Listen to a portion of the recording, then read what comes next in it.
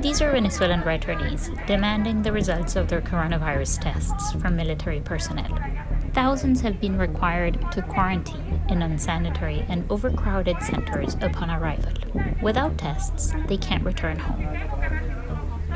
Since 2014, more than 5 million Venezuelans have fled the country's humanitarian, political, and economic crisis, many seeking refuge in countries across Latin America and the Caribbean.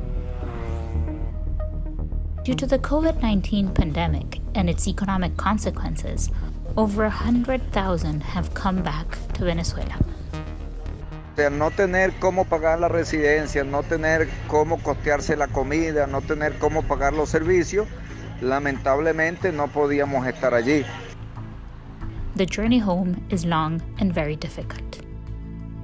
Hermanos que vienen de Perú, que vienen de Chile, que vienen de Ecuador, caminando con la intención de llegar a Cúcuta y pasar a Venezuela. Solo reciben ese desprecio, porque somos tratados como plaga. Rather than waiting indefinitely at the official crossings, many returnees resort to unofficial border routes called trochas.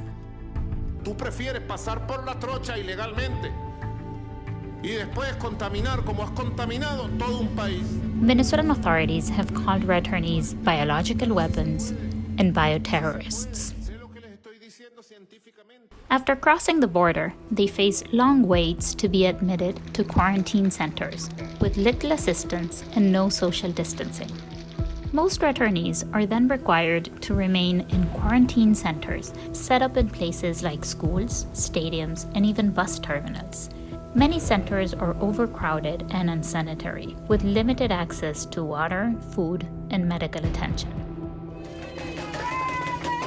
Mis hermanos venezolanos que no merecen esto por querer devolverse a su patria, esto parece como la cárcel, o sea, como que si estuviéramos pagando un delito o algo así por haber salido del país. Often, due to delays in testing and an unnecessarily elaborate testing protocol, people have required to remain in these quarantine centers for weeks longer than the standard 14 days recommended by the World Health Organization. Instead of preventing its spread, the conditions at the centers are likely to amplify transmission of COVID-19. Ya cumplimos 24 días, nos hicieron las pruebas, 5 pruebas, hemos salido negativo y no nos dejan salir, nos tienen secuestrados.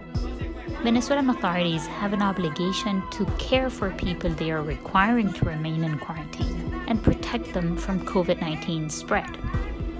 Latin American governments committed to responding to the Venezuelan exodus should protect the returnees' rights and call for an end to the abusive conditions in quarantine centers. Le pedimos por favor al mundo entero que no somos una estadística, que no somos números, nosotros somos sentimientos, somos corazones, somos padres de familia, madres de familia, hijos, hermanos,